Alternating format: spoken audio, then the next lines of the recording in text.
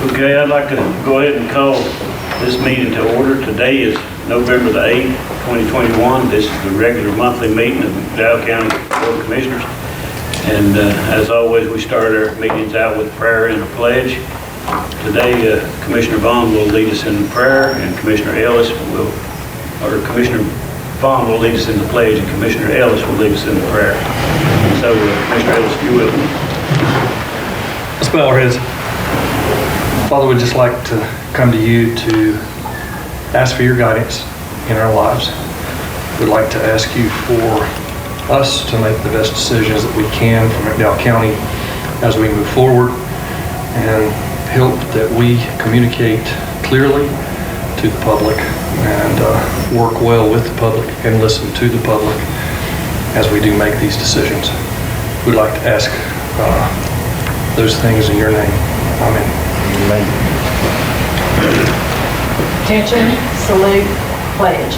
I pledge allegiance to the flag of the United States of America and to the republic for which it stands, one nation, under God, indivisible, with liberty and justice for all.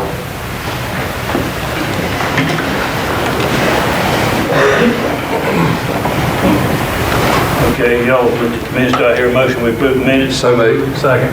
Motion second. Any discussion? All in favor say aye. Aye. You've also looked at the agenda packet. What's the pleasure of the board on it? So it does presented. Second. Motion second. Any discussion? All in favor say aye. Aye. Okay, tonight, first on our appointments, we've got Ms. Karen Powell with us, and she's going to give us an update, COVID-19 update. So, Ms. Powell, we welcome you to the podium.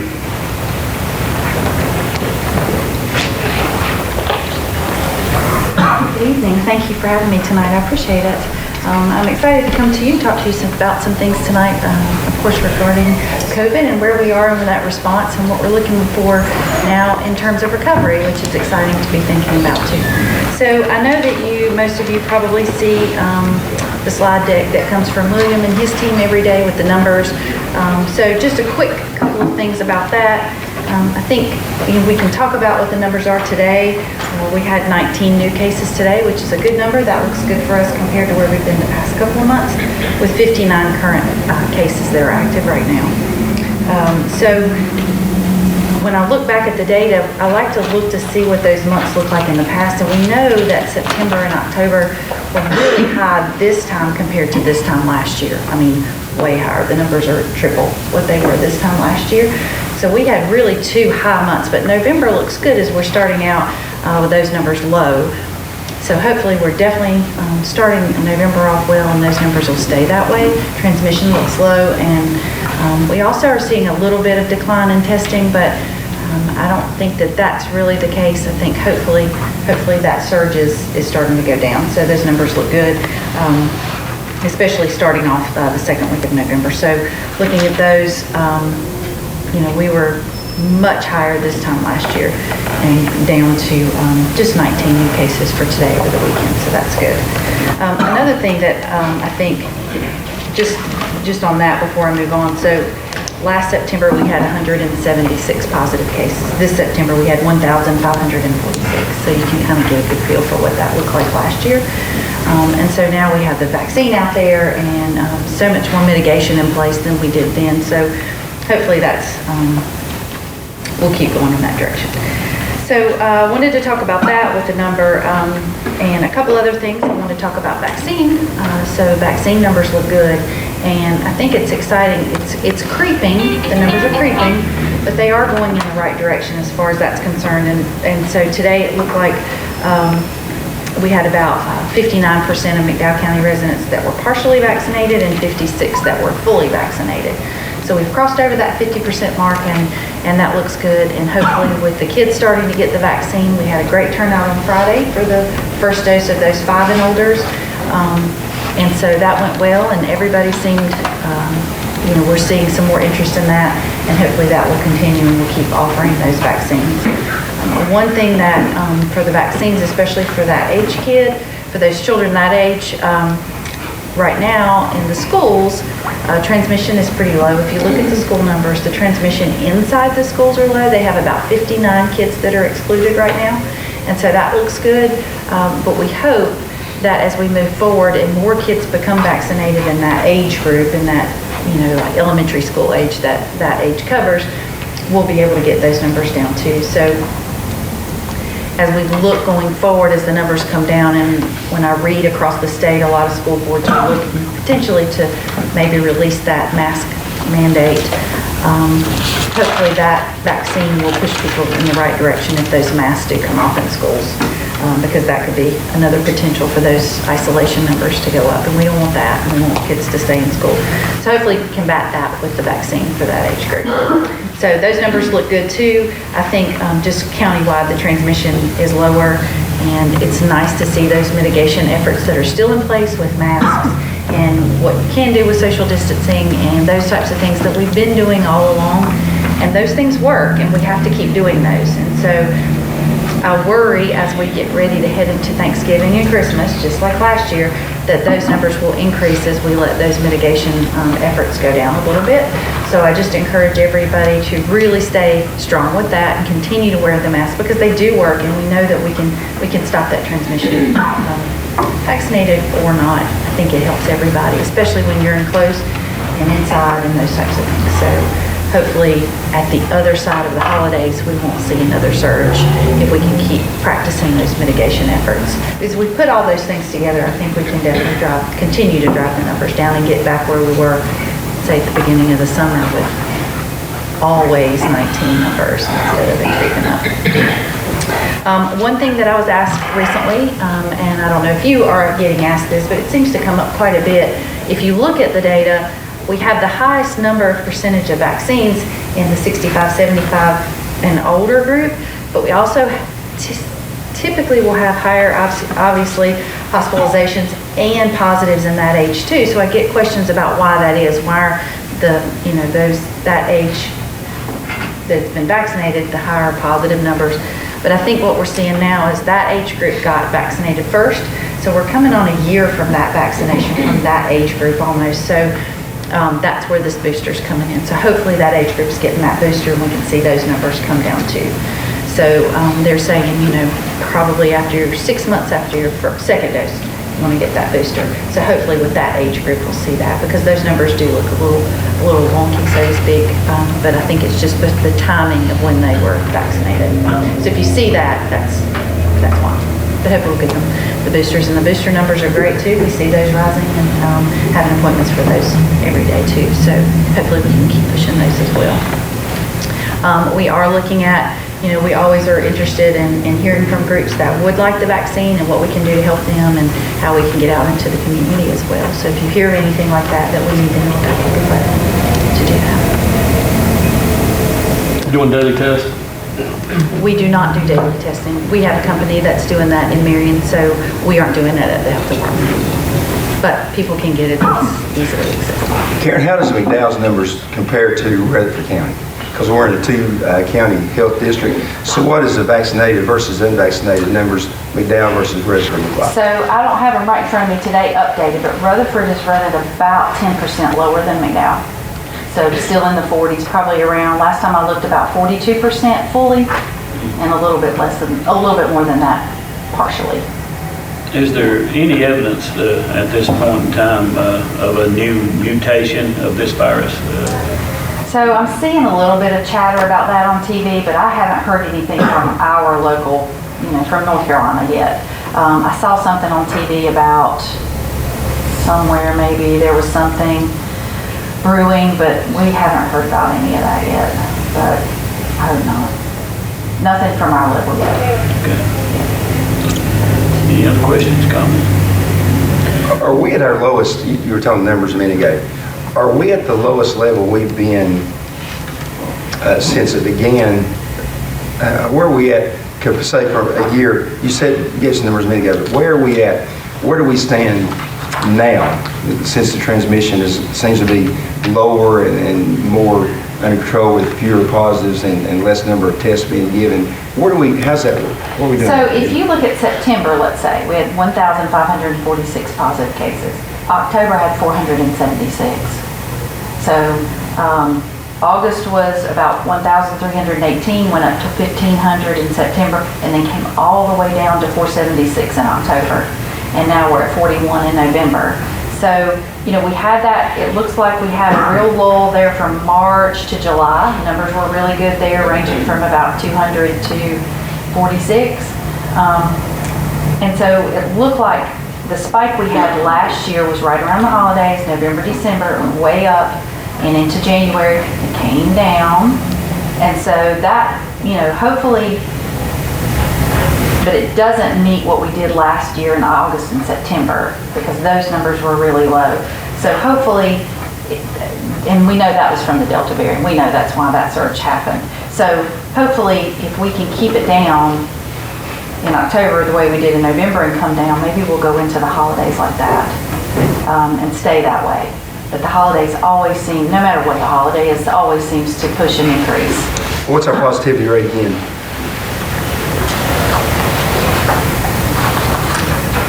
So today, this just came out today. So today's positivity rate is 13.11%. What is the 14-day positivity rate? 14 days is 4.4.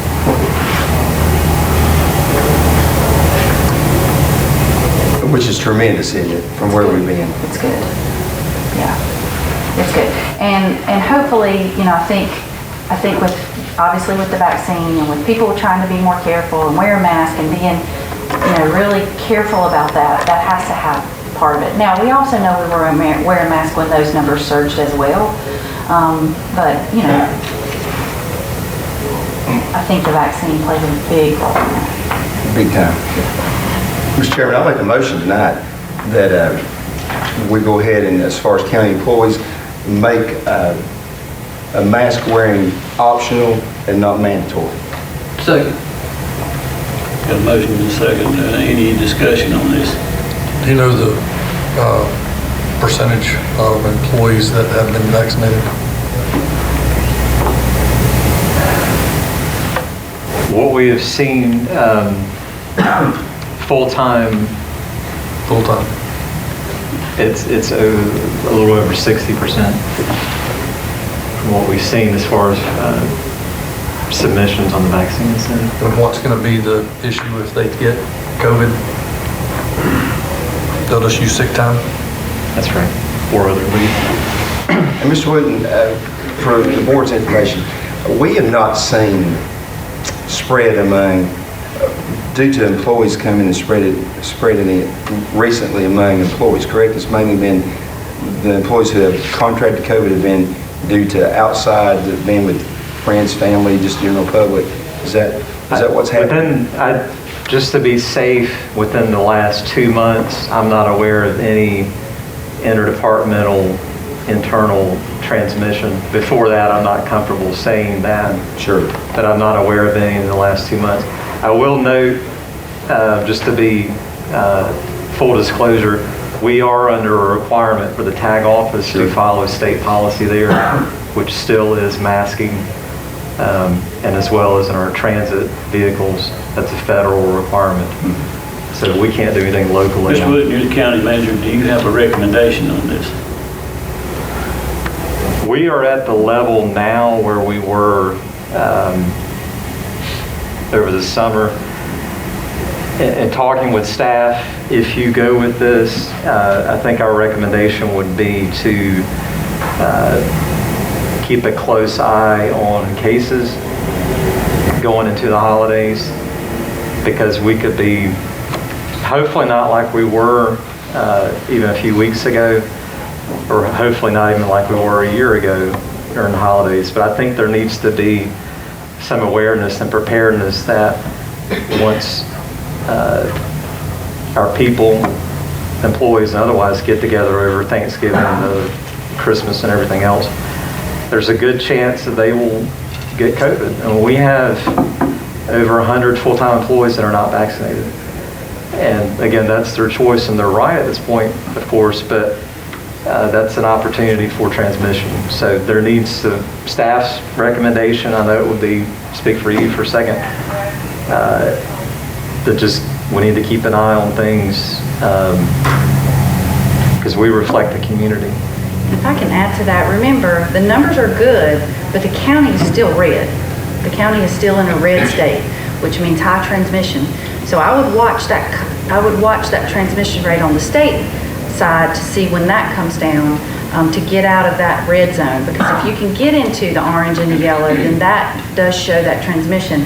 But the county is still red, and I would highly recommend not taking that mask mandate out of place.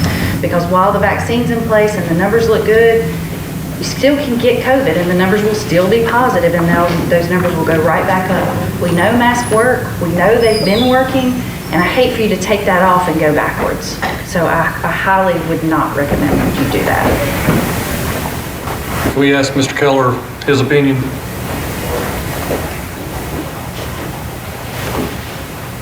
I'd like to know your opinion of what's your recommendation. When you look at the numbers,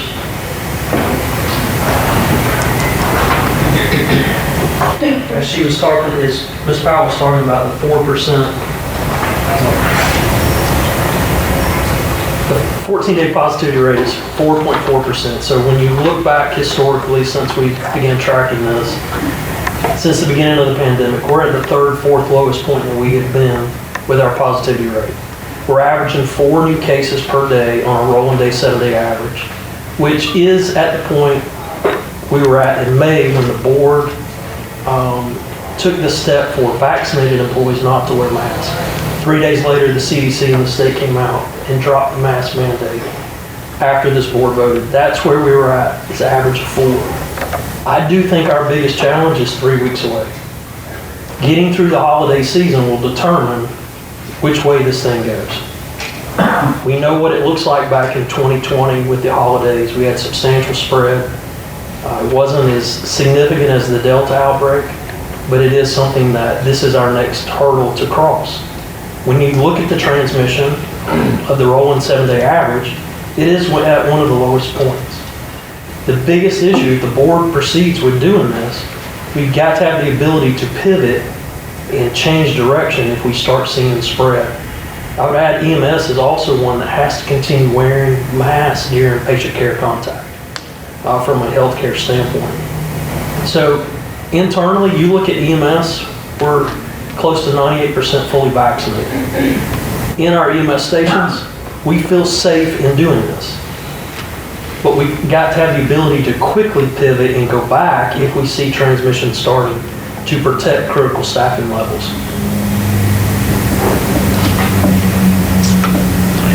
We've heard the advice of healthcare workers and, of course, Mr. Wooten's thoughts on this. So we had a motion and a second as well on this. So any other discussion? And Mr. Chairman, I would say this, that at any time Mr. Kehler or staff perceives there's a major issue, they can always come back to the board to revisit the issue. But as far as the motion, I stand with the motion. That motion does include, though, they go by the federal mandates, the ones that have to. You're Because only that's right, relaxing we the have no county control. mandate. It's the only thing you're relaxing. For county employees.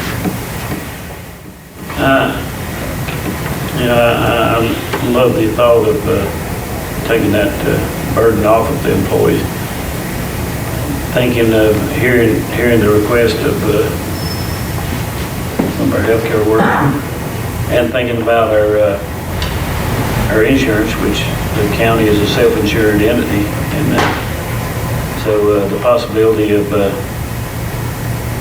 it costing the county based on that is a little frightful. So I'm prepared to vote,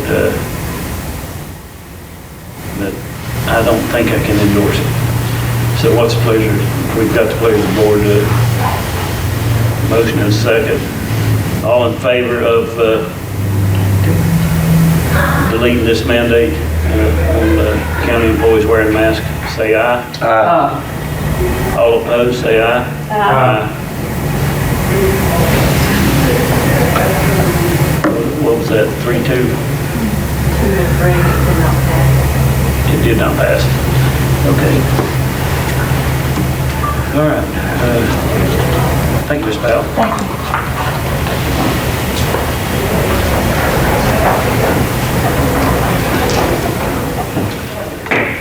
Item B is a subdivision ordinance, public hearing, and planning items. We've got Ronald Harmon here, so we welcome you to the podium, Ron. Thank you, Mr. Chairman. As we're back to ask that you hold a public hearing to change the numbers on major and minor subdivisions in McDowell County. Currently, the numbers are 11, up to 11 are minor, and anything, up to 20 is a minor, and anything 21 and over is a major. We're asking those numbers be dropped to 10 and under for a minor and 11 and over for a major, just for staff to be able to help staff with review. And we ask that you hold a public hearing for that purpose.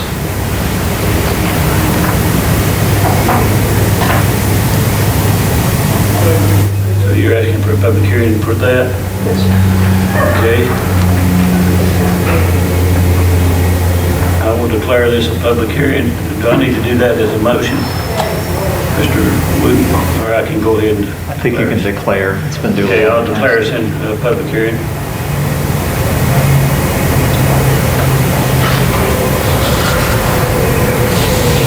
And your request is what, again now, Mr. Harmon? To reduce the numbers so that a minor subdivision in McDowell County would now be 2 to 10 lots, and a major subdivision in McDowell County would be 11 lots and up.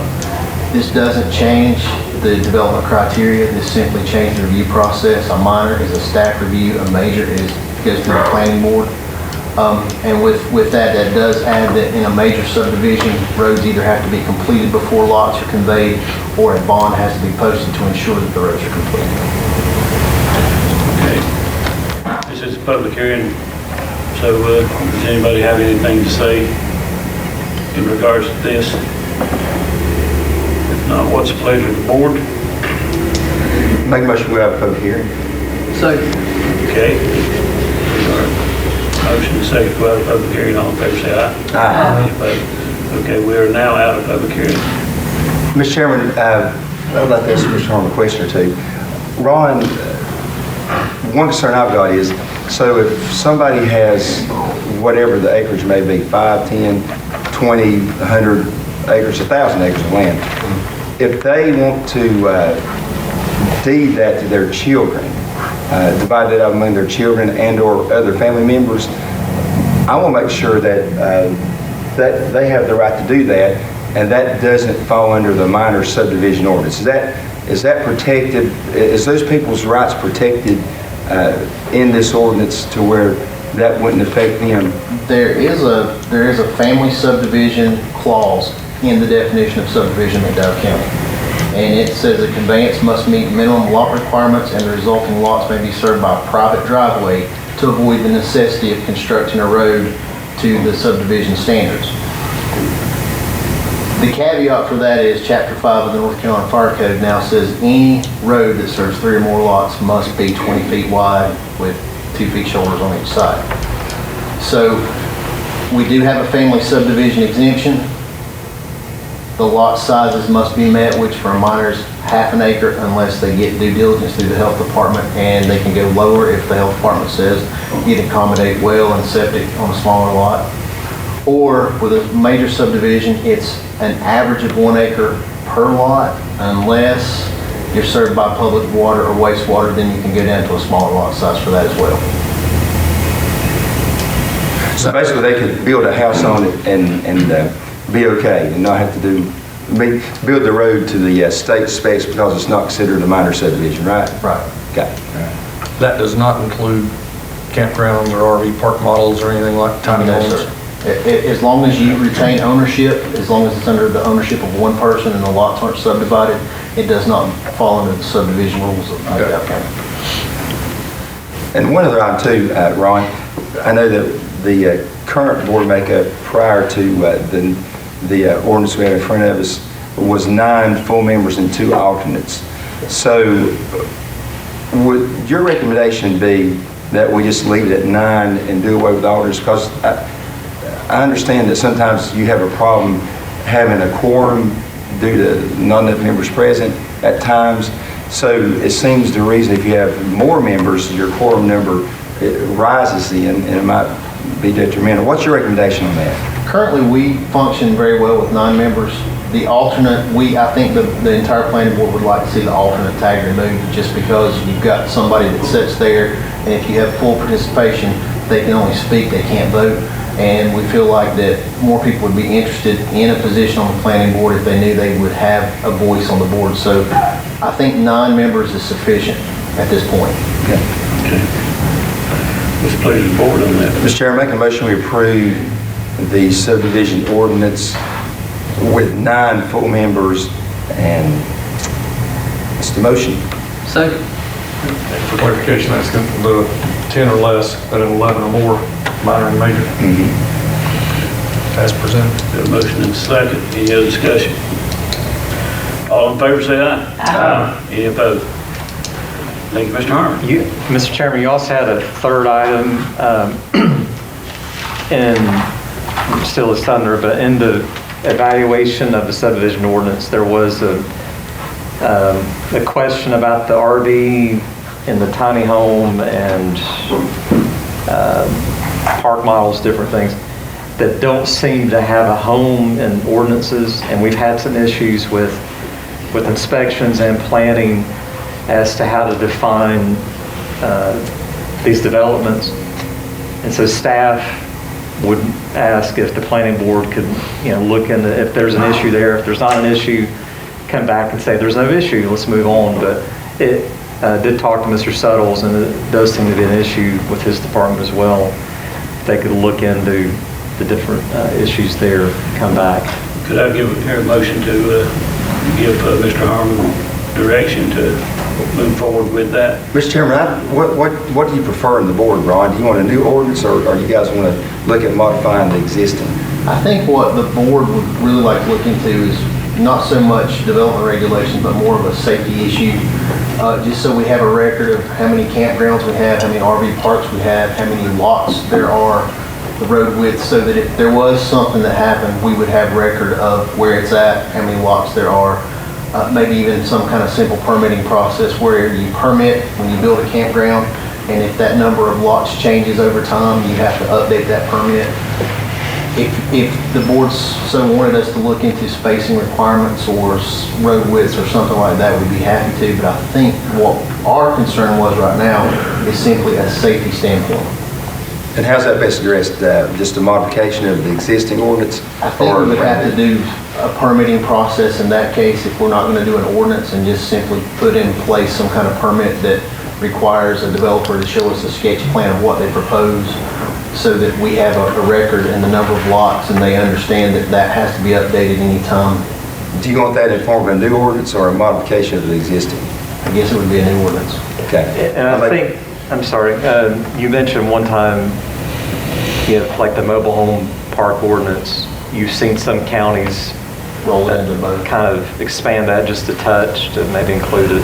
If we put it into our existing mobile home park ordinance, then you get into spacing and development standards, and I think we could do a simple standalone ordinance for safety aspects easier than we could roll it into the mobile home park ordinance. So I think it would take a new ordinance. I agree. Mr. Chairman, make a motion that we have our planning board and Ron look into a new ordinance concerning the concerns they have, and at the due time present that back to the board for review and approval. Second. Motion second. Any other discussion? All in favor, say aye. Oh, excuse me. Okay. One, two, I do have if they've gone ahead and, if people have gone ahead and gotten permits for wells, septic, whatever, there's no issues with that other than from the safety perspective, looking at fire trucks and stuff, making sure they can get to the property. I think that's all we want to make sure is that the safety aspects are in place. So if there was something that happened, we know where they're at, how many lots there are, and how wide the roads are. Yeah, just for clarification. Okay. Thank you, Mr. Harmon. Sorry about that. Item C, McDowell Tech Community College update, and we've got Dr. Merritt with us tonight, so we welcome Dr. Merritt to the podium. How y'all doing? Good. Good. Well, thank you for having me. When Ashley asked me to come, what I tell you, I was going to be brief and I was going to be brilliant. I can't promise the brilliant part, but I had a president years ago, say when you come to do these, be brief, be brilliant. So I can't promise the brilliance, but I'll do my best. But for those of you, I think I've met all of you, but it's been almost 1 calendar year since I joined McDowell Tech as president. It has flown by. So just want to say thanks to each of you for welcoming me and my wife Jessie and Will and Elizabeth. Will's in Merritt Elementary now. He's doing really well and thriving. And it's just been a really great first calendar year. But I think you all asked me here today just to provide you with some updates. I don't have any formal requests. Just provide you with some updates about McDowell Tech and things that are happening. So the one piece of literature that I provided you in your packets is our new strategic plan. Some of you have seen that already, but really what I want to do is provide some updates in the context of our new strategic plan and where we're going as an institution, where we'd like to go in partnership with you all. So little context, this semester we started doing curriculum students, degree-seeking students, about a little over 1,200 students. That's a 17% increase since last fall. There was only 4 or 5 other colleges across the 58 North Carolina community colleges that saw double-digit increases. Across as a system, we were down in enrollment last year. 17% is pretty substantial. So we're going to continue pushing our continuing education students that are in adult high school, English as a second language, short-term trainings like anything from notary to phlebotomy to nurse aid. Have a little over 3,000 students there. We expect with fire school in 2022 and others will probably be above 4,000 this year. So in all, serve around 6,000 students per year. But one of the things I'm really just most proud of this year is our new strategic plan, the Vision 2025 plan. The one thing that I'll really highlight from that plan is our new mission statement. Students created that mission statement. It wasn't just a bunch of us sitting in a boardroom like this, creating a mission statement. We asked students, what does McDowell Tech need to be for this community? We asked the community also and gave that input, those data to the students. And students created the very simple one-sentence mission statement. McDowell Tech enriches our community with access to student-centered, affordable, high-quality, lifelong learning opportunities that promote workforce development. So workforce development, I'm glad they ended it there. We actually there was a team of us, some of our faculty staff, that came up with 3 or 4 of the mission statements. We did a vote with the students. They were far and above all of us because I don't think we asked students enough, what do you need from us? But workforce development. Students come to us to get jobs and go into careers. Everything we do contributes to workforce development. There's going to be an economic development report that comes out from the system level here in the next couple weeks. I've seen a draft of it from McDowell Tech. 1 out of every 14 jobs in McDowell Tech during the fiscal year 1920, 1 out of every 14 jobs in this county was impacted by one of our graduates. Just think about that impact that we have on workforce development here in this county. So in order to have a very solid strategic plan, you need to have a vision. When we looked at our data, when we looked at where we are as an institution, we came up with a very simple vision statement. Our institution, McDowell Tech, is going to learn and grow while focusing on individuals, our community, and the institution. So you'll hear me say that time and time again over the next 3.5, 4 years. We need to learn and we need to grow. As an institution, we have to continue to reinvent ourselves, and we have to grow as an institution too. Over the last decade, I'd be very transparent and say we've dropped around 40% in enrollment over the last decade. I'm not scared to say that because we have some work to do. System-wide, it went down around 20-25%. We have some work to do to reimagine, reinvent how we do business. We need to learn, we need to grow. And when you look at our 4 very simple goals, access, retention, quality, and success, we're doing some things already to learn and to grow. We're seeking external funds. We're trying to make sure that we're using this Vision 2025 as a plan. It's not just going to go sit on a bookshelf. We want to help more students access our institution, and retention and progression. The easiest way to recruit and build your enrollment is to keep the students you have. So you might remember some of us met back in March and we looked at our capital plans and the requests. You all generously fund us with capital and our county funds each year. We had a list of prioritized needs that we need for our capital needs. One of the things on there was to help modernize our Student Success Center, our Student Services Center. We looked at that. We have some NC Connect bond funds that were allocated that we can use that were left over from our cosmetology center. One of our objective 1.6 is to improve college affordability by expanding financial resources. And then objective 2 is retention and progression. You provide them with access to more scholarships, but then also keep them. We need a modernized Student Services Center to be able to do that. A couple weeks ago, we announced a Title III grant from the Department of Education for a little over $2 million. It has up to $400,000 in renovation costs that, across the system, counties, you all provide us with renovation capital, and maintenance funds. We're going to continue to try to find ways to meet external needs, and we're going to be able to renovate our Student Services Center in 2022 with a combination of Title III grant, our NC Connect bond funds, and some other funds that we have on. But we are going to continue to learn. We're going to continue to grow. Another thing our Title III grant is going to do is going to help us build our endowment. In 2023 to 2026, it's going to actually have a matching program for up to $224,000 that we can raise for our endowment that will be matched 1-to-1 from the Title III grant. So in this community, to our students, improving that access and affordability, we're going to be able to put more students into the classroom with scholarships here locally, because our endowment is one of the lowest in the system. I'll be very transparent. Again, you all are going to learn. I'm a very transparent person. We can't learn, we can't grow unless we find our gaps. We do a great job serving our community, but we recognize where we need to do some work. Objective 3 you see in our strategic plan is quality. We have I've worked at a couple institutions. This institution, again, 1 out of every 14 graduate, or 1 out of every 14 jobs in this community is supported by some of our graduates. We deliver a really good product in the classroom. Our instructors are some of the best I've ever seen, in partnership with our first responders and our public safety and just our manufacturers across the community. We just have some really top-notch instructors.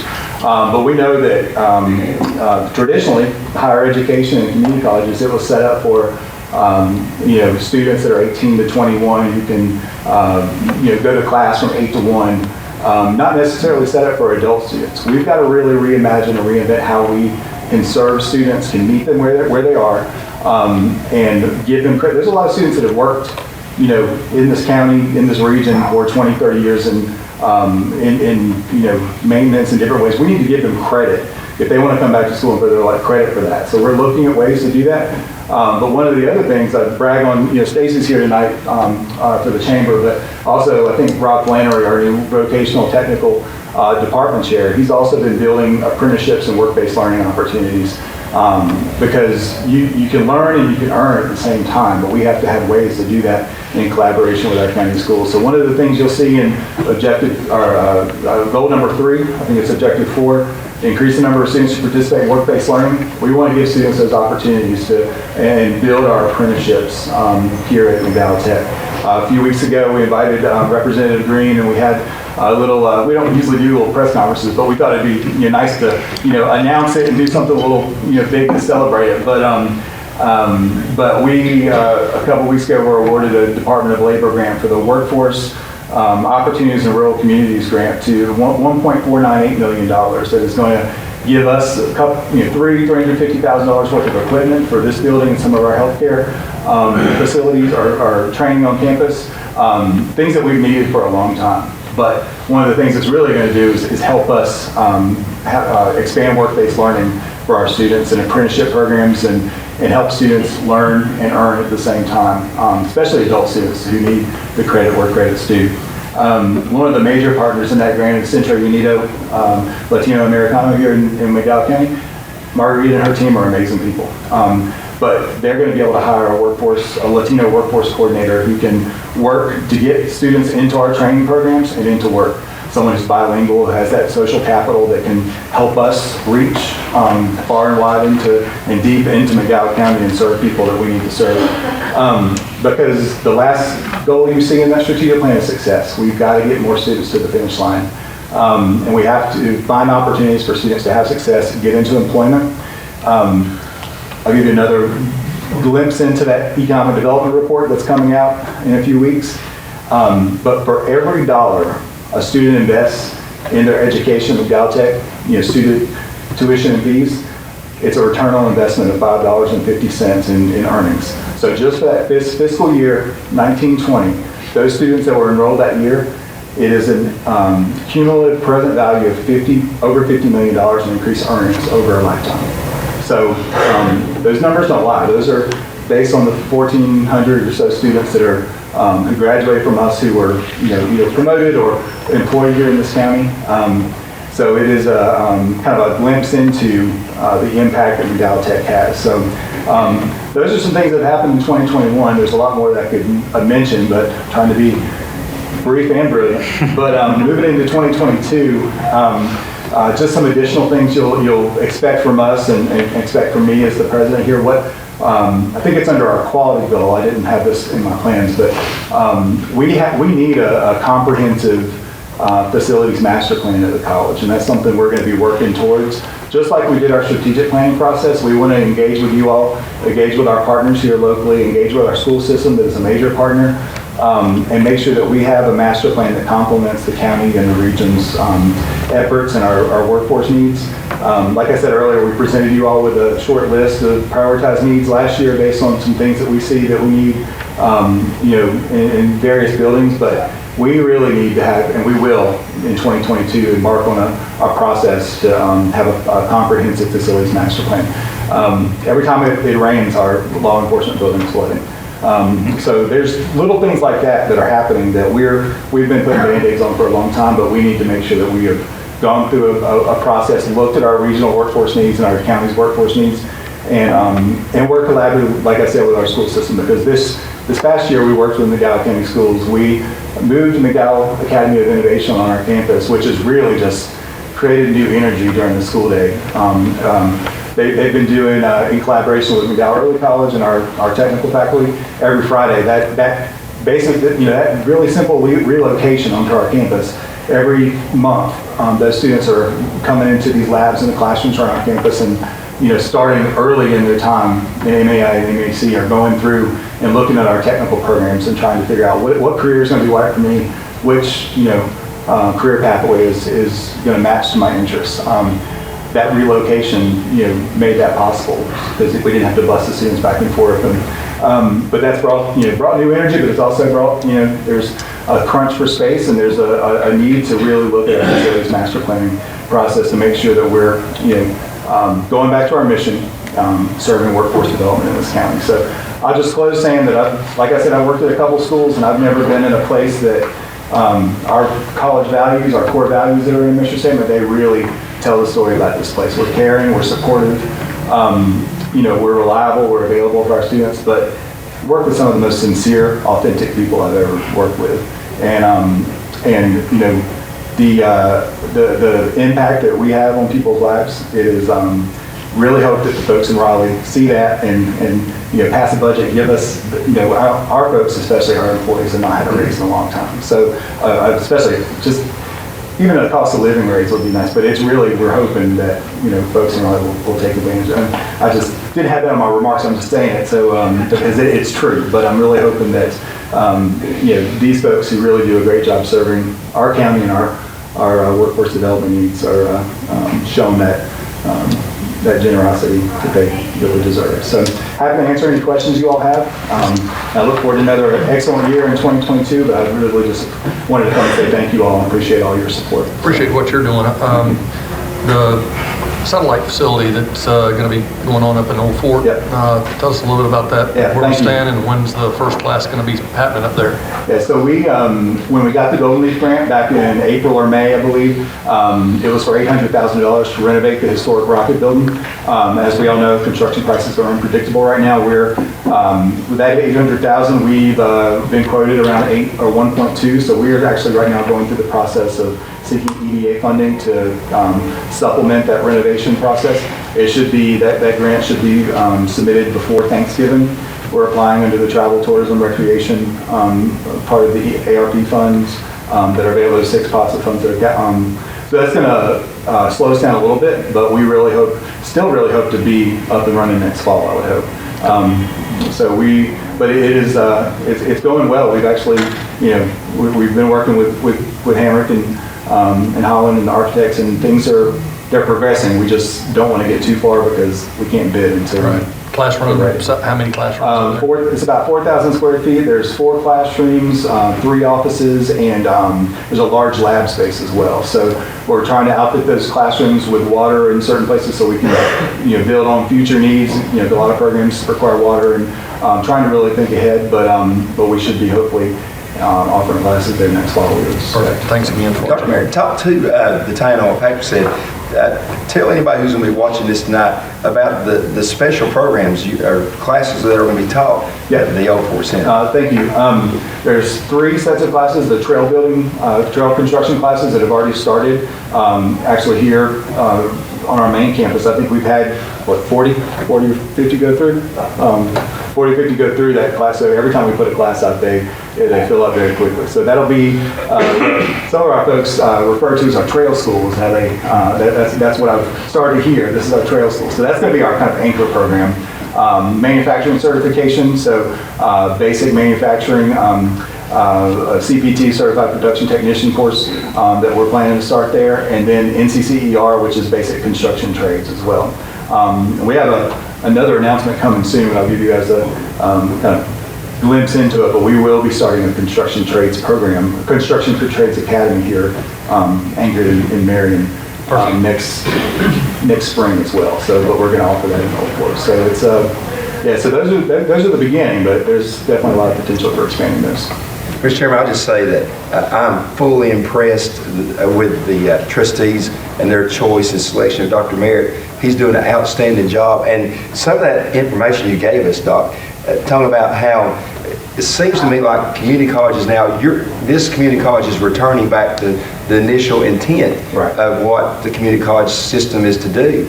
And you're vocational, the programs you're offering. I know you got your transfer programs, that's great, but you're really getting it back to the roots. And the dollar generating $5.60 on the students earning, I say this to everybody, education can take you places you never dreamed. Right. If you just apply yourself, you'll save, number one, your family a lot of money if you want to go to college by being very dedicated in your studies and getting scholarships. But utilize the great community college we have here. You're doing a great job. Well, thank y'all. Dr. Garrett, I just want to say that was a brilliant presentation. You've done a great job, but and to add along with that, I would like to say that I certainly appreciate, and I think I speak as the whole board here, we appreciate the vision and also the perseverance that you and your staff have both had since you came here. It has been very well noticed. Great. Thank you very much. Any other questions? Thank you very much. Thank you.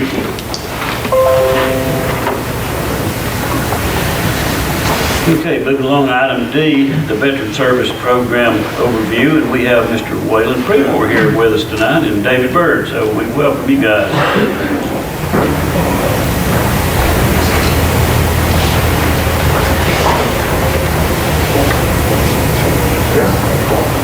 Chairman, Commissioners, thank you for having me back here again so soon, almost seems like. But tonight I get to talk about another great program that we have going on. And when I say I'm going to talk, actually David's going to talk a lot about the program. But the Veteran Service Officer position has been with the seniors since basically just a few years after we opened up the new site on 100 Spalding Road. The importance of this position is that it's helping our local veterans and their families navigate the services that are provided to them, to the community. With your work, you know how difficult it is working with the federal government. This is a federal government program that David and other VSO officers have worked with over time. And this is really helping those that have served our country. I just wanted to mention previously, I've had the honor to work with several great VSO officers. Alan Maynard, Douglas Gooch, who retired at the beginning of this year. And now, both of those gentlemen are veterans. I have another veteran that I'd like to introduce you to now, David Byrd, our current VSO officer. Thanks, Will. Thank you for the opportunity to speak tonight. I have a passion for veterans because I am a veteran. I retired in 2016 after 31 and a half years in the Air Force. I was born and raised here in McDowell County along with my wife. We're both graduates of McDowell High School.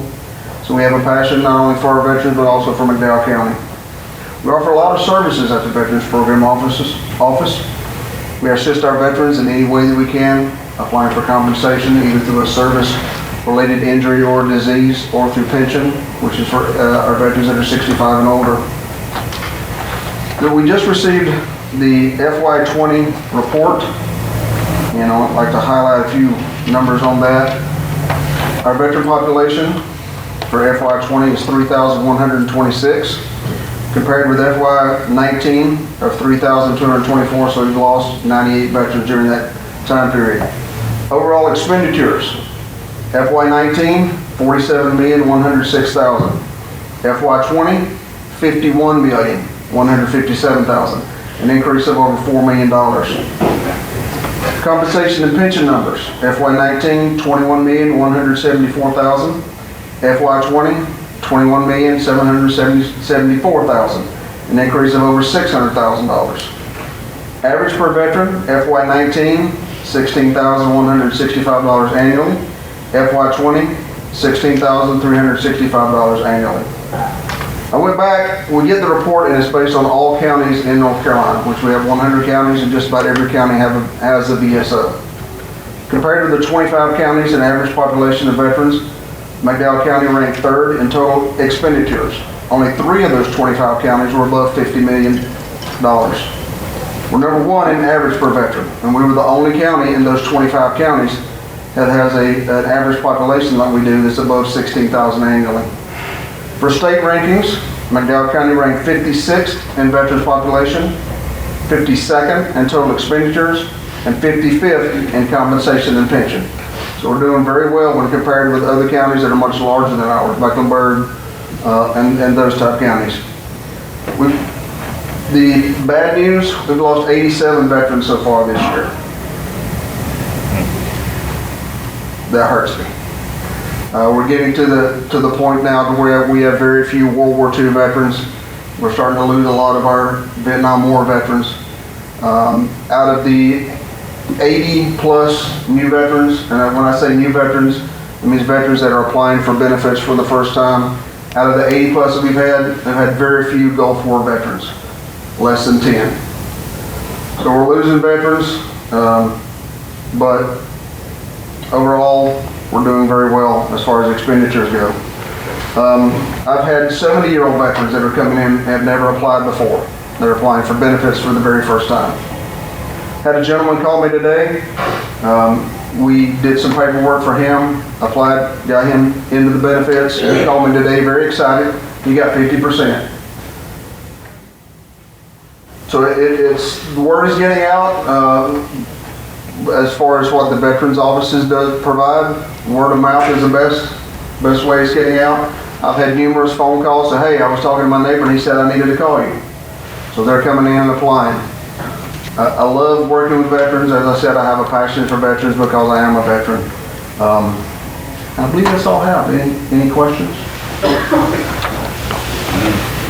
We certainly appreciate what you're doing. And I'd like to go ahead and say this, on behalf of this board, we appreciate all the veterans out there, those that are watching tonight. We certainly tip our hats to you and thank you for the service that you've given our country, and we appreciate it. It's an honor to us to have veterans come before us, and we appreciate what you have done and all the other veterans out there. Thank you, appreciate that. Mr. Chairman, if we could, if you don't mind, let's recognize the veterans that are present in the room tonight. And if it's fitting, if all the veterans in the room could stand, we want to honor all our veterans tonight.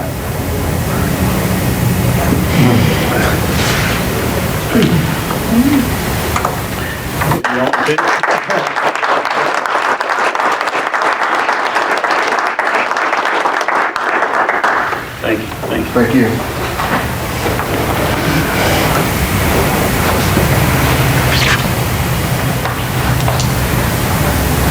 Okay, next item E, McDowell Chamber Small Business Program. We've got Mr. Stacy Buff with us here tonight, and Courtney. I'm not gonna try to pronounce her last name.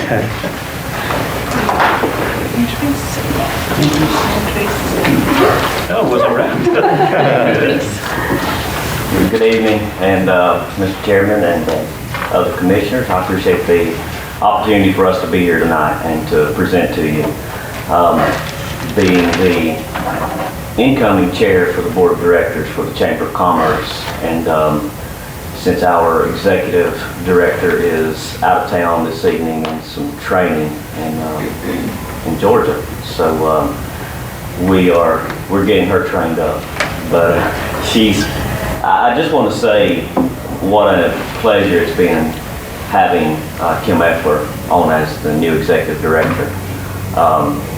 Steve Bush done an excellent job in his role, and then he definitely brought somebody up that was ready. He had a succession plan, and we have a great director who has a vision for the chamber and what the chamber needs to be for this county.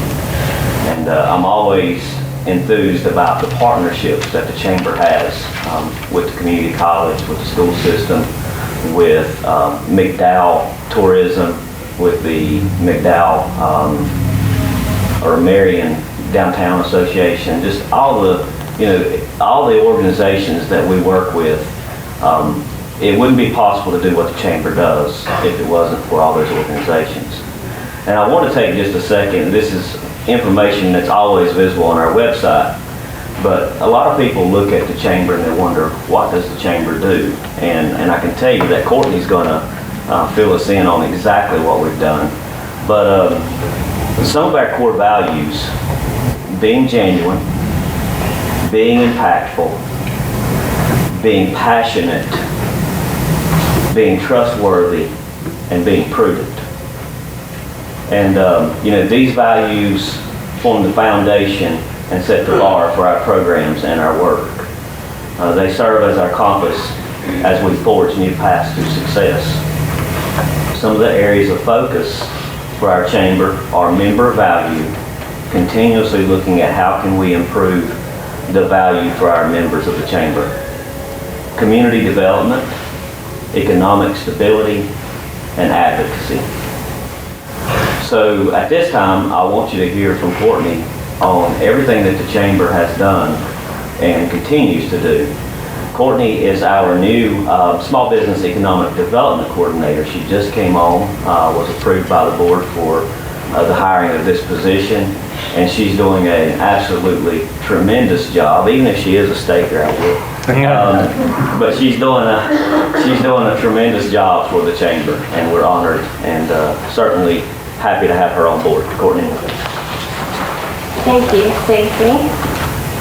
Chairman, Commissioners, thank you for allowing us to update you today. We just wanted to kind of fill you in. We've had a good year, and we want to celebrate that with you, because again, without you guys and the numerous partnerships that Stacy mentioned, we wouldn't be able to do the work that we do. So despite a year filled with uncertainty, the Chamber has performed well for our members and has continued to be a strong resource for our community. And we did that by maintaining our 4 focus areas. Our first area of focus is our member value. And as of today, our Chamber serves 372 active members and 15 courtesy members. This equals to roughly 47% of the businesses in McDowell County. And this year, just alone, 47 new members have joined our organization. It's pretty exciting considering the year and a half that we've had. The Chamber is focused on strengthening our onboarding and retention process to ensure that members that join, first and foremost, are welcomed. Second, understand the benefits of being a Chamber member. And third, most importantly, are engaged in our work. This has led to a retention rate of 90.23. Our membership has increased this year by 8.45%. So again, rather wonderful considering the past year and a half. We feel so strongly about our commitment to our members that we've actually established a 6-month guarantee. If a member is unable to see the benefit of their membership at 6 months, we'll refund their dues, investment 100%. This calendar year, so far to date, as of November 8th, we have hosted 12 ribbon cutting events, 8 for downtown Marion businesses, and 4 for businesses within the county, including Old Fort, 2 in Old Fort, which were very exciting. We started a quarterly podcast initiative to engage members from a digital platform that has been going well, far outside of my realm of expertise, but very glad Tina knows what's going on. Our membership engagement coordinator initiated a T-shirt Tuesday engagement. So this year we've been able to support 32 businesses by wearing their T-shirts and posting on social media. None of us will ever need a T-shirt again. In June, we began hosting a biannual event called Member Orientation and Networking Event that focuses on educating members on the mission, vision, and values of the Chamber and creates connection with members.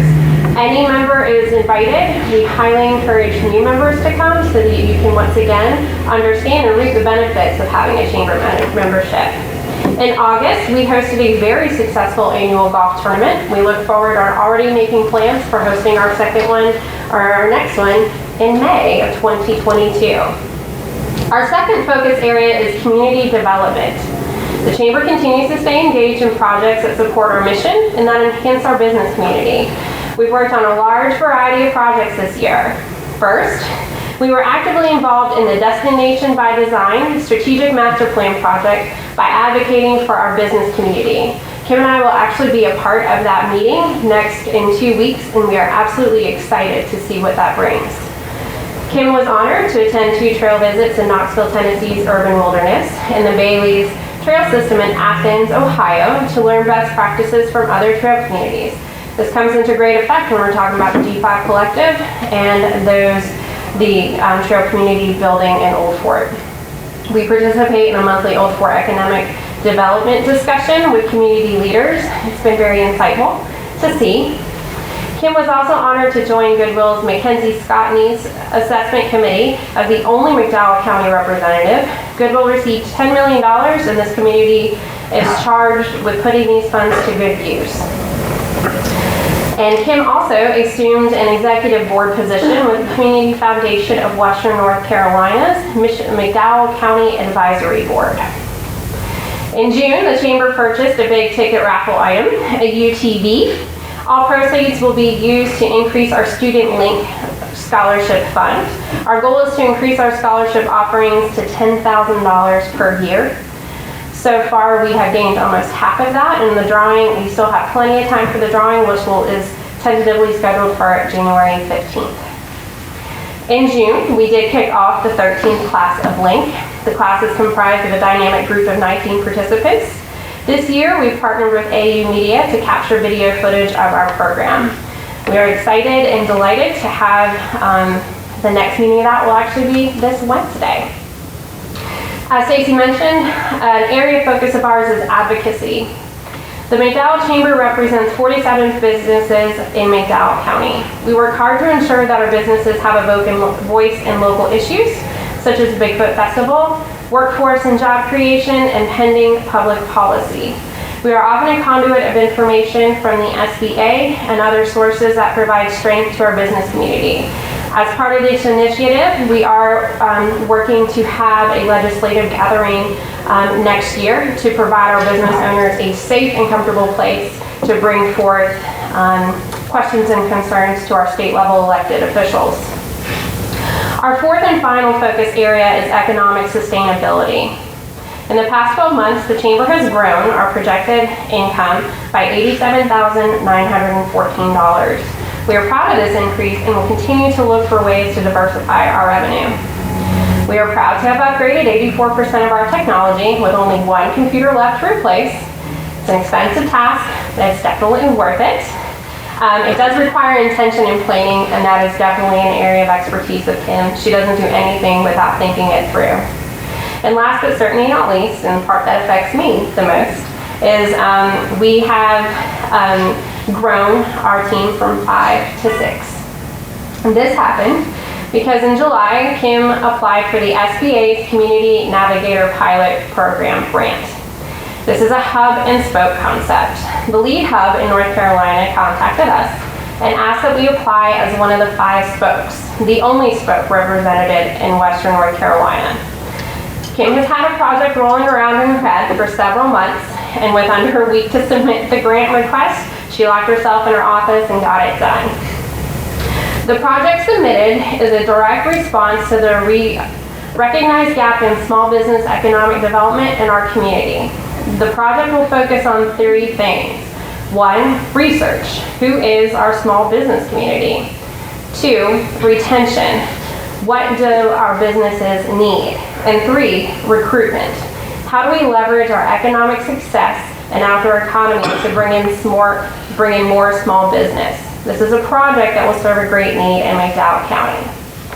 While waiting for the grant decision, Kim did present the project to the board.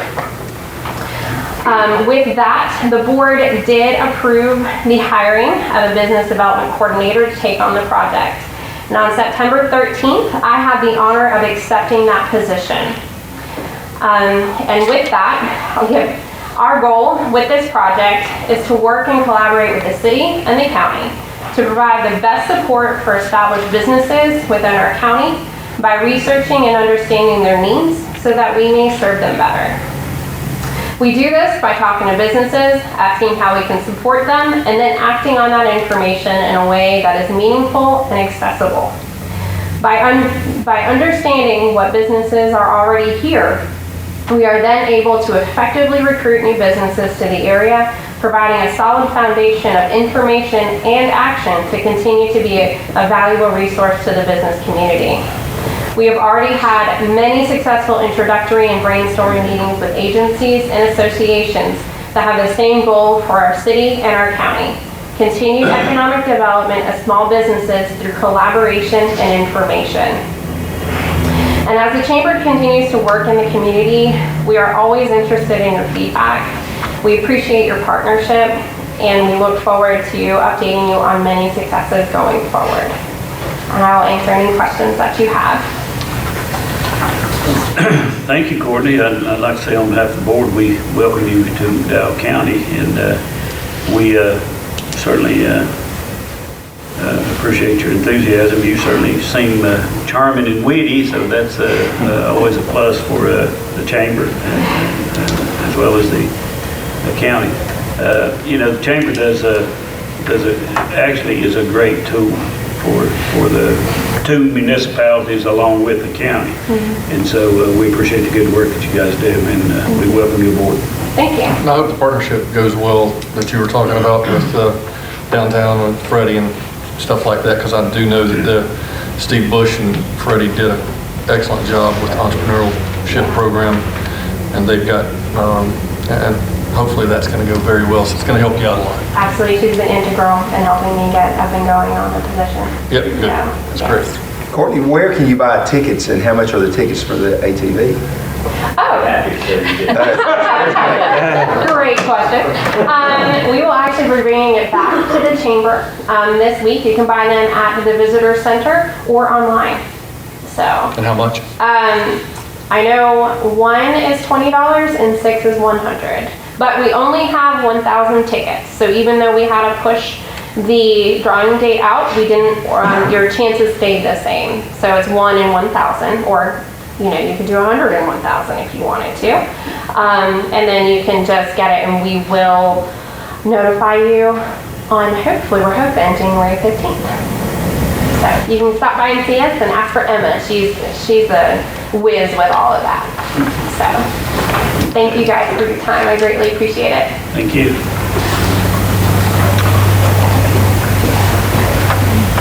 Okay, now under item F, we've got a closed session, and I'd like to declare us in. Can we do that at the end?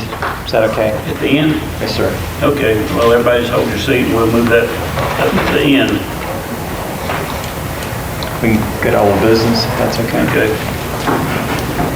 All right, we'll go to old business, item A under old business, and the American Rescue Plan update. Mr. Wood. Thank you, Mr. Chairman. I just wanted to talk quickly about a couple of our ARPA-funded projects you've previously authorized. Next Monday, skip down to Stacy Hill Road Water. We heard today we will have the kickoff meeting for that small project. Came in a little below $150,000, which is good, of course. And so should be done hopefully, maybe not by the end of this calendar year, but hopefully in January. It's, again, a very small project, but very important. Jump back to the water system expansion. We, as staff, met as a selection committee and went through the required federal procurement process for engineers. There's posting, review, and everything like that. Met in this room, actually, several weeks ago, and are recommending McGill Associates be the engineer for the large system expansion that you've previously authorized.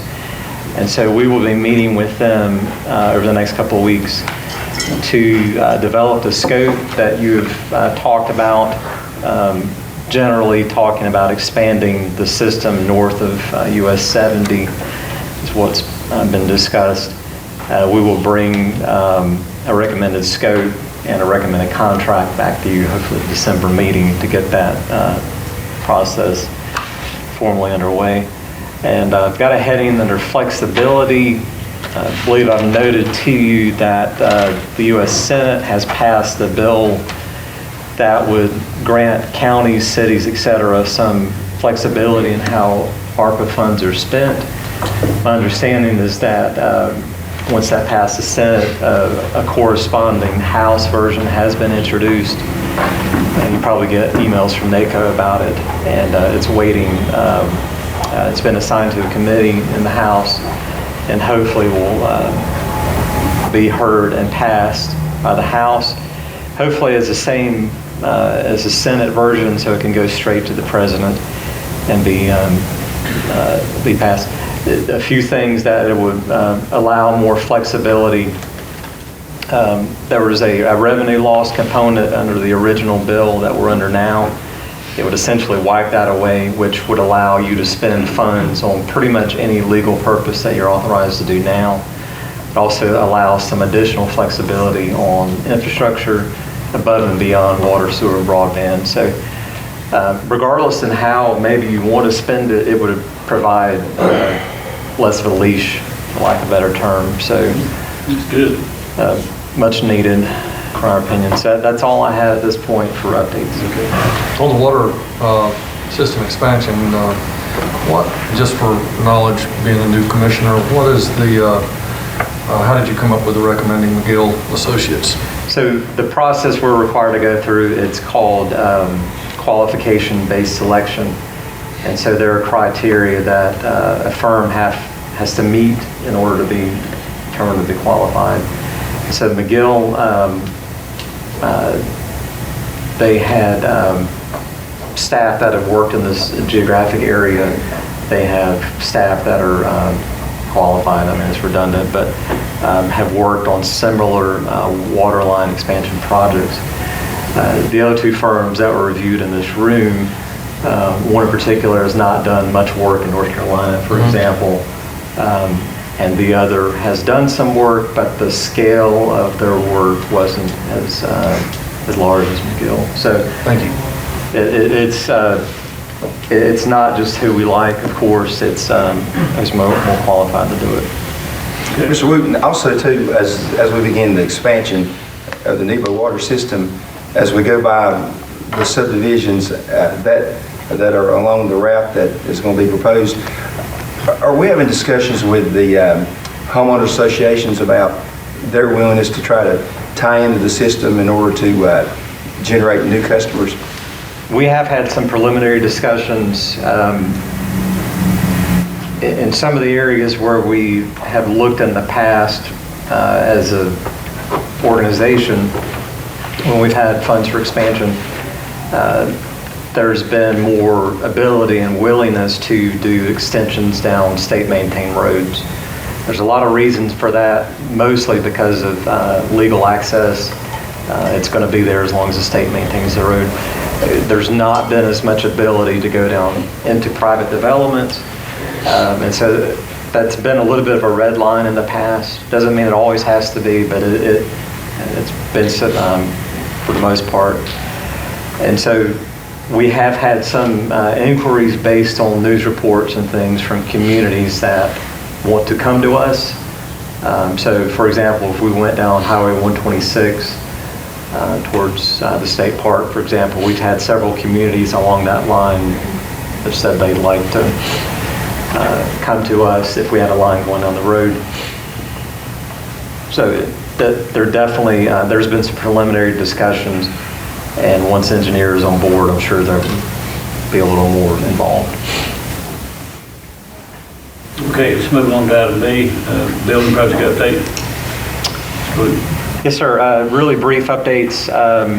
If you drive down Main Street, you'll see the work happening on the administrative offices. There's 69 North Main, and some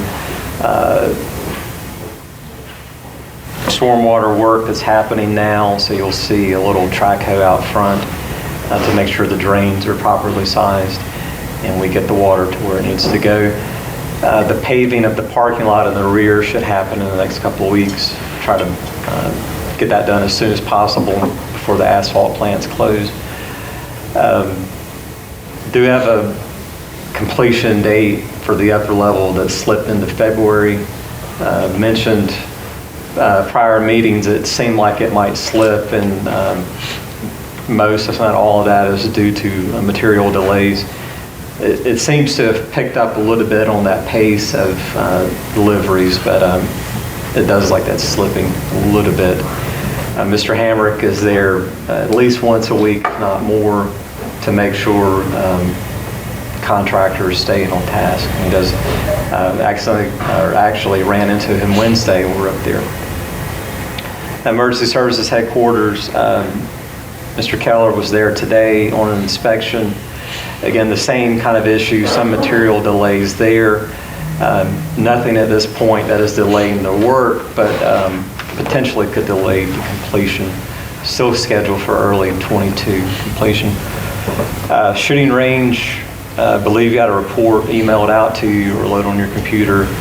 You'll see the shooting canopies over the shooting areas that are coming right along. Have started on the foundations for the office building. So probably looking at a March completion to have everything completely done. There was a question on that project about the access road, whether it was going to be paved or not. The road up to the bridge over North Muddy Creek, that part will be paved as part of this project. Beyond the bridge is not in the scope of the project at this point to be paved. We have asked Wildlife about that. They have a concern that there will be enough funds to do that paving as part of this original development. But if they did say if they don't have enough at this point, they would prioritize it as a maintenance project in year 2 or 3 or whatever. So they see where that could be an issue, especially with the terrain. So it is on the radar. Okay. That's all I had.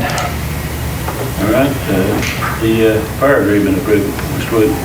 Yes, sir. This agreement between the city and counties to govern the Marion Area Fire District has been back and forth a few times. We had a meeting with the city a couple of weeks ago to go over, I think the biggest concern you had last month was over the rating, maintaining a minimum of 6. And so they did agree to keep that proposed language in there to keep a 6 at a minimum.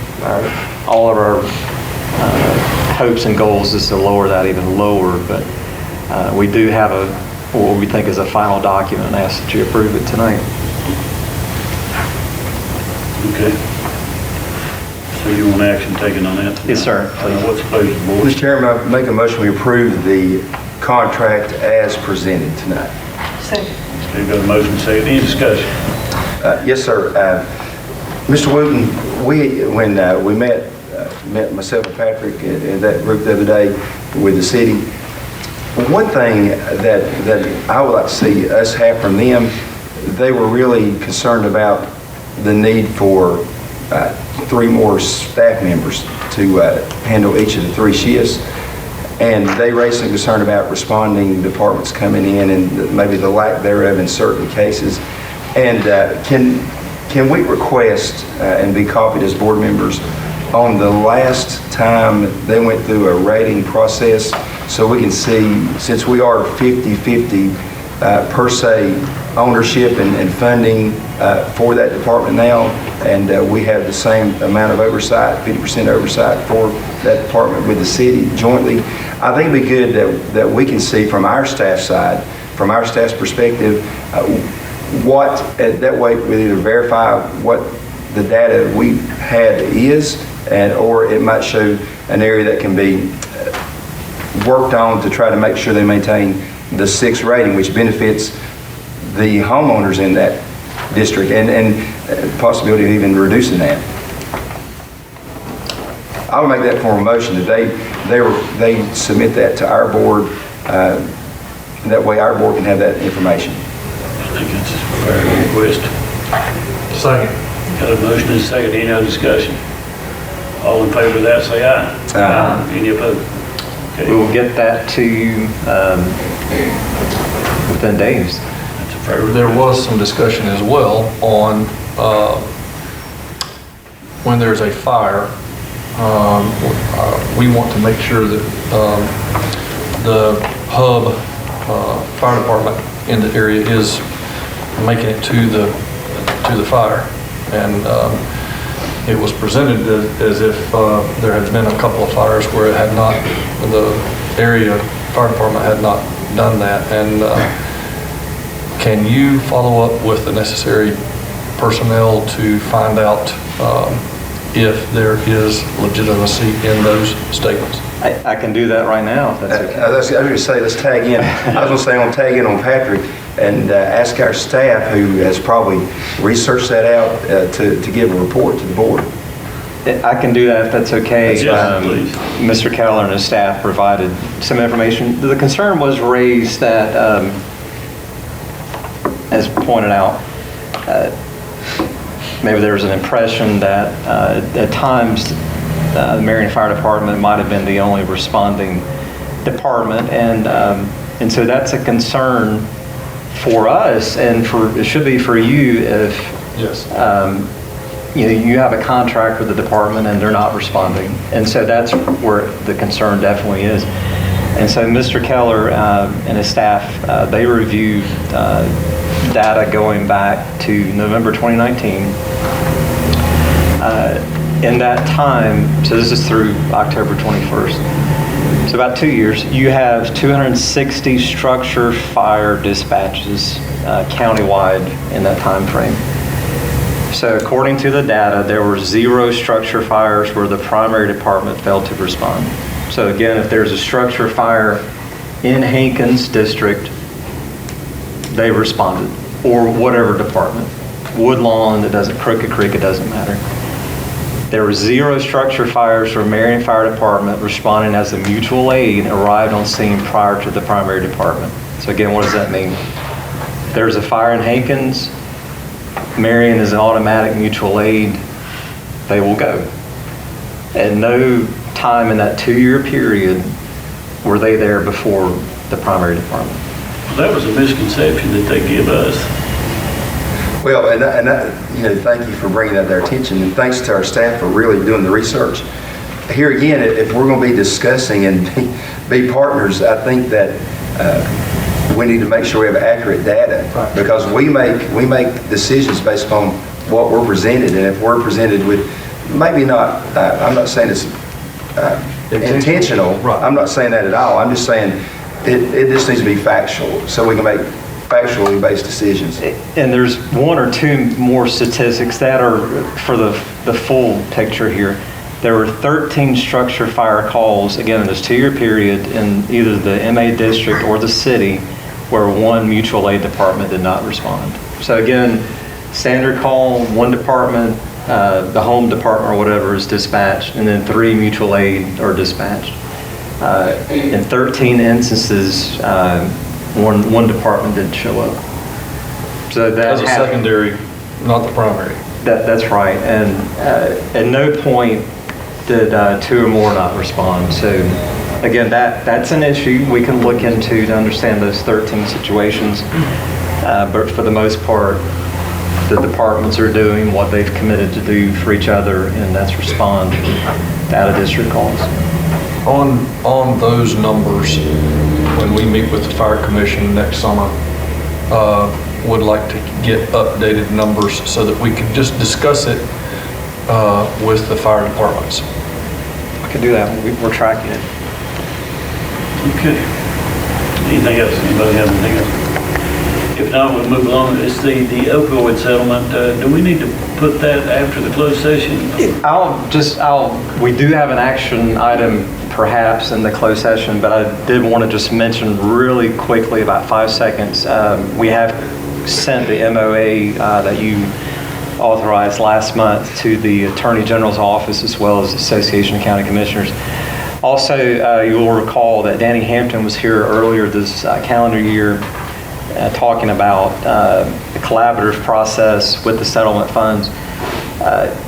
As part of that, the county and Freedom Life applied for a Dogwood Health Foundation grant, which was awarded at $600,000, which is a little bit misleading because part of that is going to go to support Avery County, so it's about $450,000. That will be spent over the next 2 years to help establish a collaborative process as required by the MOA to where we're not starting from scratch and staring at each other trying to figure out how to get this going. So Dogwood is very excited about the work that Freedom Life is doing, Substance Use Coalition that's been talked about, as well as, of course, the county for being open for partnership. So just wanted to mention that. And again, it's a closed session item for opioid settlement. Okay, thank you. Come back. Thank you. Under new business, item A, the power plant worker proclamation, Mr. Wood.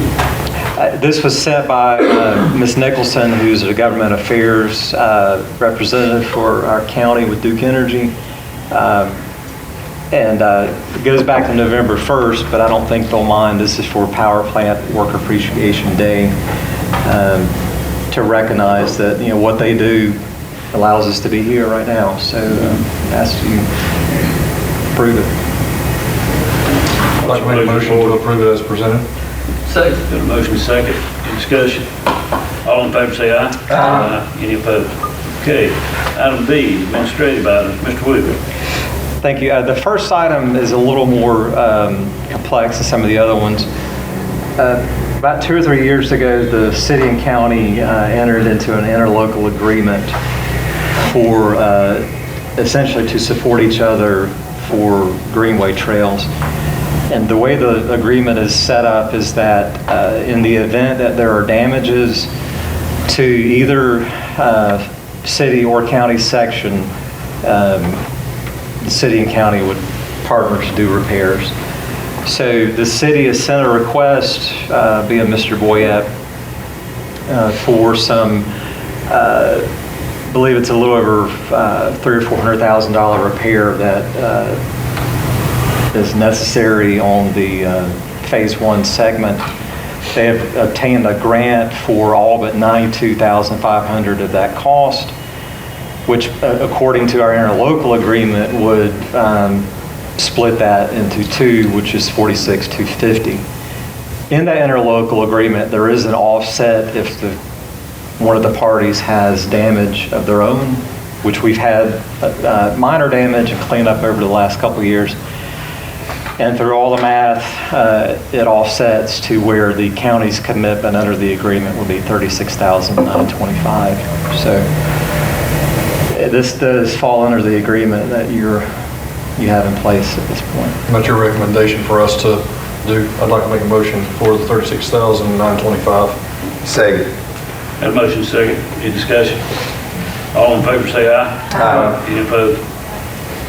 Thank you. The next item is a resolution requested by the sheriff for retiring Deputy Smith for his sidearm and his badge.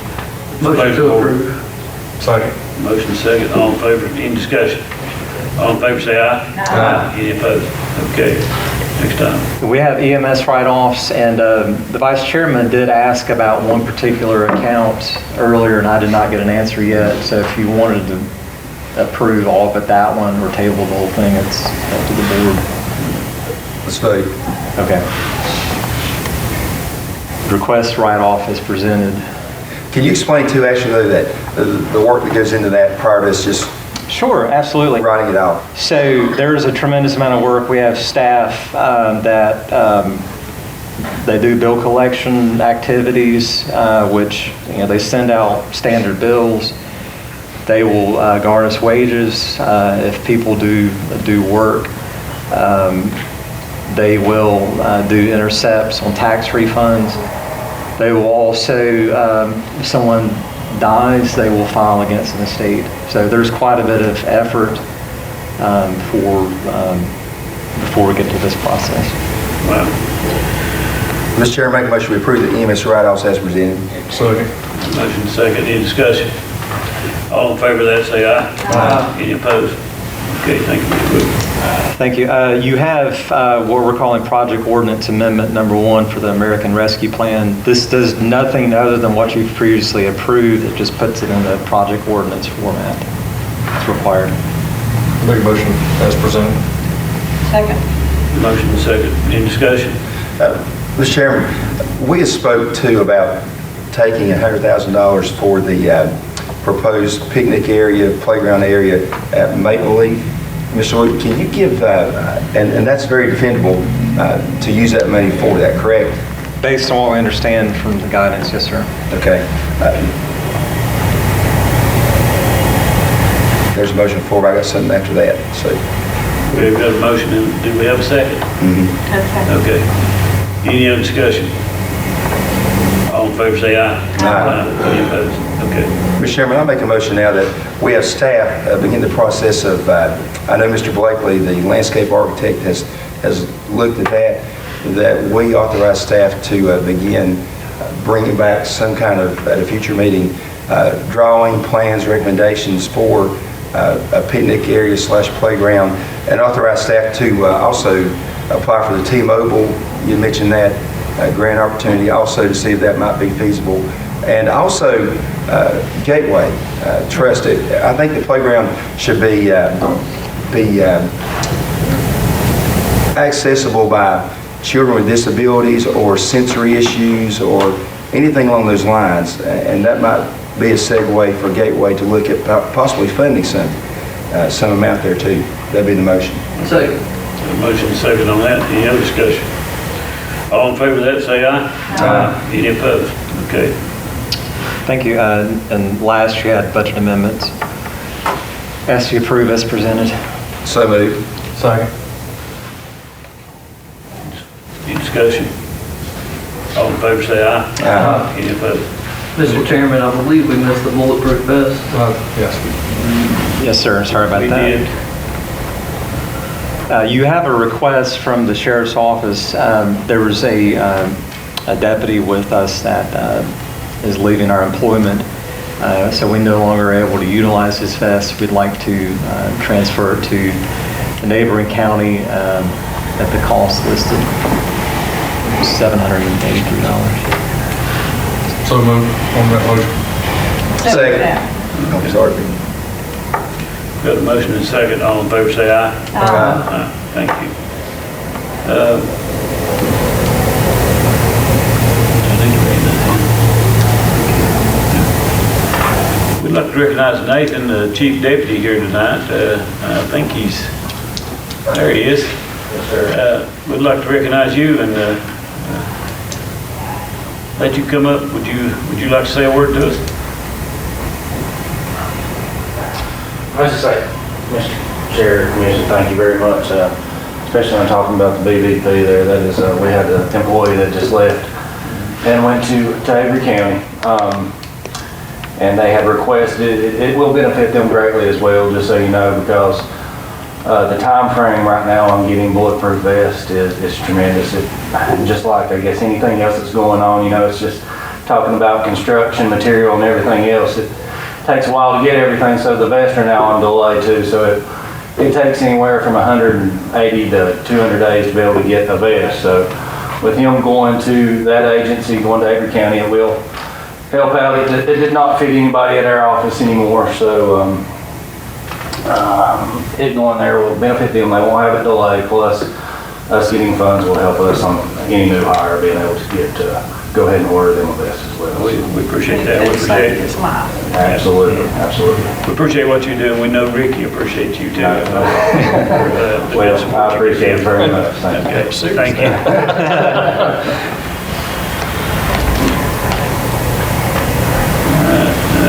That's the end of the administrative.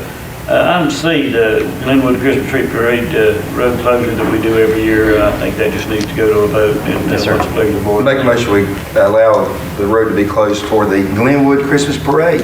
Second. Got a motion and a second on that. All in favor say aye. Aye. Any opposed? Okay. Next is tax matters, Mr. Wood. Tax matters are routine. I ask that you approve as presented. Make a motion we approve as presented. Second. Any discussion? All in favor say aye. Aye. Any opposed? Okay. Item E, board appointments. I'll take these if it's, Okay. I think Madam Clerk would not mind at all. You have two items. The first is the VIA Regional Advisory Board. VIA, as you see in the packet, is expanding by 8 or 9 counties, coming from what was Cardinal Innovations. And so they have had what's been called a county commissioner advisory board. They're going to regional advisory boards, to where each region, there will be 4, will have 2 appointees from each county in that region. And so they're asking for 2 appointees from McDowell. Mr. Allison serves on the county commissioner advisory board. I want to speak for him, but I think it has interest in continuing. It does have to be, the second one can be a commissioner or staff. I would be glad to be the staff person if you'd like to do so. I make the motion myself that Mr. Allison and Mr. Wood fill those positions. Second that motion. Any other discussion? All in favor say aye. Aye. Any opposed? Okay, thank you very much. The next item is where you had the joint meeting on the Destination McDowell plan that was discussed earlier. There was a discussion about having a commissioner appointed to serve on what's been termed essentially like an ad hoc implementation committee. Was the question, was that a set in stone sort of situation where there's only one? I think that was just a matter of discussion, but it's not set in stone. So if there was a preference from this board to have more than one representative, I don't think there's any issue with that if there was a preference. So at least. How does the board feel about that? I think I mentioned, and Mr. Allison mentioned, like to serve on the board, and I think that it would be good to have a strong showing on that. Mr. Chair, I make a motion we approve Commissioner Ellis and Commissioner Allison to serve on that board. I'll second that motion. Any discussion? All in favor say aye. Aye. Okay, is that all the board appointments? Yes, sir. Thank you. Okay. Item F, the heartbeat bill resolution. Mr. Wood, do something. Sure. Had a couple of calls requesting that a resolution for endorsement of what's been termed as a heartbeat bill be drafted and added to the agenda. And so you have this resolution before you tonight as requested. Mr. Chairman, I'll say this. In North Carolina, 27,400 babies are aborted yearly. And I fully support the intent and the statements that are presented in this resolution. And I just have one other thing I want to add to it, two things really. One other number, there's, 70 a day? 70 a day. There is 70 babies a day in this state aborted. And those children have nobody to speak for them. And I know what we're going to do here is symbolic, but I think that as elected officials, sometimes you take a vote and it may be symbolic, but it sends a message that we support the unborn. And medically speaking, biologically speaking, the data's there. And the medical profession says, and we have it here, that when that heartbeat is detected, that's a living person. Absolutely. They may not be physically born yet, but that's a living person. I would like to add, I know that at the bottom, there's a recommendation to send it to the Speaker of the House and the President Pro Tem of the Senate. I would like to see this to include every member of the North Carolina House and the North Carolina Senate. Also, this to be sent to the other 99 commission chairmans and board of chairpersons of the respective other 99 counties, and also to the county managers. And with a statement added to this that's asked them to adopt this resolution and support the heartbeat rule, bill, whatever you want to term it. Second that. Motion and second. Any discussion? Are we okay to send it to clerks? I want directly go into the chairman of each board, and the clerk will take care of sending it out. Yeah, because it might get to the board faster. Clerks are better than managers sometimes at getting stuff to board. That'll be done. All in favor say aye. Aye. Any opposed? Thank you very much. Mr. Chairman, can Commissioner Walker read the resolution? Absolutely. Is it on your? I have a copy. I think it was on your. A resolution supporting the passage of a North Carolina heartbeat bill. Whereas 14 state legislatures have passed heartbeat bill legislation protecting the youngest members of the human family whose heartbeats can be detected, and whereas these legislative bills disallow the use of abortion procedures after an unborn child's heartbeat is detectable, usually no later than 6 weeks following conception. And whereas the presence of a heartbeat is a universal and scientific accepted indicator that a life does in fact exist. And whereas the United States Supreme Court case of Gonzalez versus Carhart ruled as a finding of fact that a living person is legally recognized as existing from the time a heartbeat is detected, even if the person is unborn.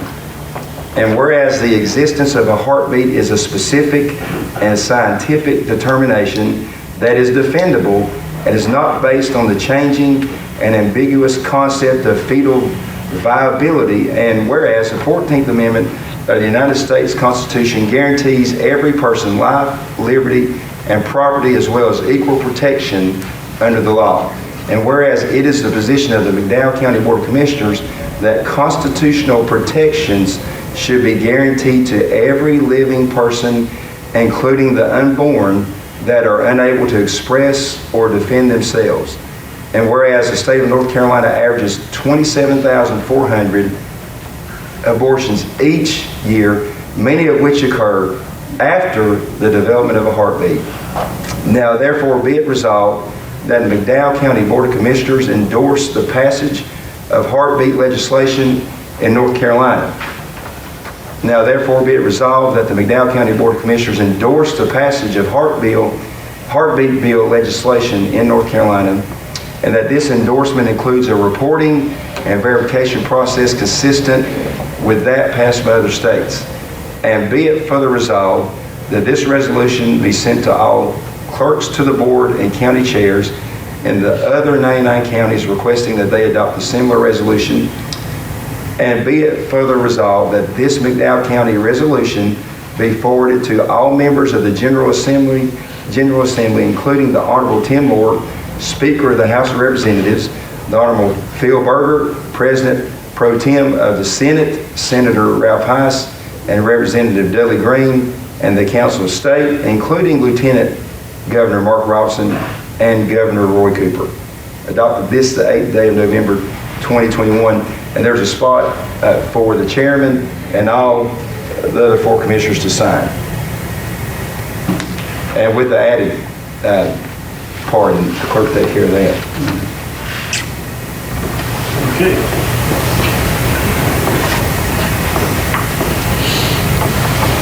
All right, that takes care of that. Next on the agenda is citizen comments. If you are a citizen and were wishing to speak tonight, you need to sign in to the clerk. Okay, this time we will, I guess it's time to go back and do the closed session. Mr. Chairman, I'd like to make a motion to go into closed session. And I do have to reference, go back to the statute here. CGS 143-318.11A3. And we will discuss pending litigation, including the National Opioid multi-jurisdictional lawsuit. Okay. Okay, we're back in open session.